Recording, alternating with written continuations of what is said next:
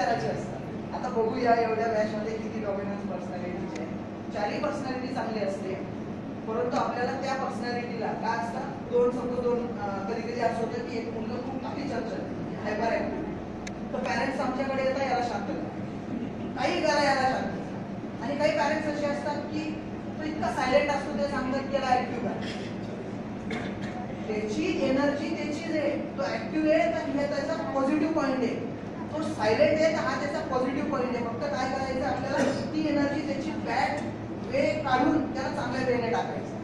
म्हणजे 2 वे जर असतील तर चांगल्या वेळेला त्याची मी एनर्जी लावायची.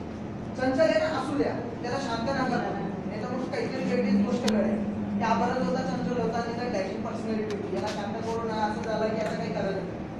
म्हणून त्याची जी पर्सनॅलिटी आहे तीच आहे. आपण त्याची पर्सनॅलिटीला कधीही धक्का लावणार नाही. तो जसा बनलेला आहे त्याला तसाच राहू दे. फक्त तो त्याची जी पर्सनॅलिटी ना त्याला तसे रस्ते देऊ की बाबा तू या पर्सनॅलिटी वाला आहे ना, चल तू हे सांग.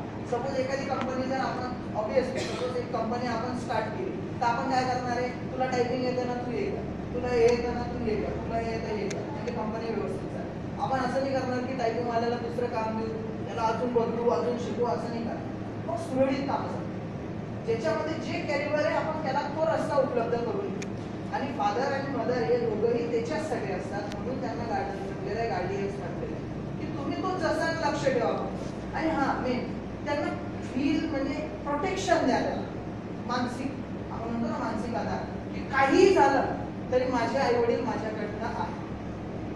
कारण बऱ्याचदा आमच्याकडे जळगावला असे 2-3 केसेस आहेत की ते काय माझे शांत बसलेले असतात, ते असतात घाबरतात, भीती असते त्यांच्या मनात. काय असं माहिती आहे का, फिअरलेस, आता जी नवीन कॉन्सेप्ट आलेली आहे फिअरलेस लाईफ, तीच चांगली आहे. कारण भीतीमध्ये माणूस खूप चुकातो आणि भीतीमध्ये कधीही माणूस कोणत्याही लेवलला सक्सेस होऊ शकत नाही.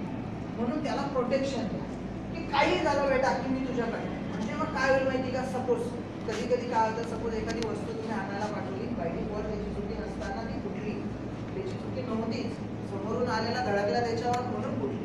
पण तो घाबरला जर वडिलांना माहिती पडेल, मग तो तिकडून वेगवेगळे ट्रॅक शोधतो, खोटं बोलेल, बरोबर घाबरेल, किंवा मग कुठून चोरून आणेल, चोरीपर्यंत जाऊ शकतो. म्हणजे वेगवेगळ्या बुद्धी, म्हणजे वेगळ्या ट्रॅकला चालला जाईल.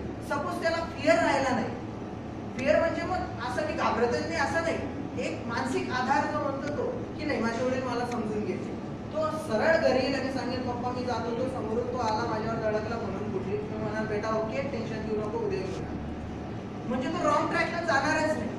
तर त्याच्या मनात ऑलरेडी भीती असेल तर तो कोणत्याही ट्रॅकला जाऊ शकतो. मुलं काय विचार करू शकतात हे आपण अंदाज करू नाही शकत. आणि 14 वर्षापर्यंत जे त्यांची हॅमरिंग होते, सिनॅप्स तयार होतात, जे एकदाचे सिनॅप्स तयार झाले ते कधीही बदलतात, मग ते बदलायला खूप वेळ लागतो.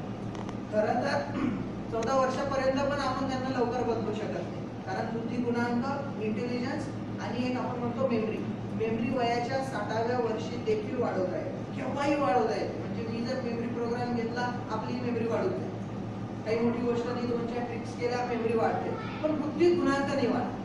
कारण एकदा न्यूरॉन्सची डिस्ट्रीब्युशन झाली की झाली, त्याच्यानंतर नाही वाढत. म्हणून आता नवीन